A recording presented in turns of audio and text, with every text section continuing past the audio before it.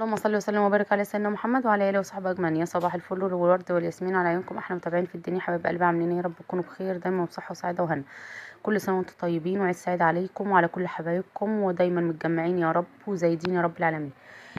اهلا بيكم، والنهارده حلقه جديده. هنعمل حواوشي المحلات، حواوشي المطاعم. حاجه كده سهله وسريعه وجميله واحلى من المطاعم والمحلات ب100 مره. هتعملي في البيت وتشوفي النتيجه معاكي بطريقه سهله وسريعه واول مره تشوفيها على القناه.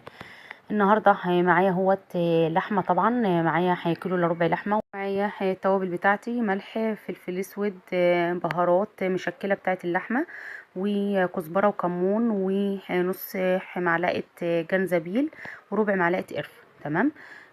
معايا هنا كمان ليا ضاني، طبعا 200 جرام ليا ضاني، ومعايا طماطمتين، ومعايا معلقتين زبده، ومعايا طبعا بصلتين كبار او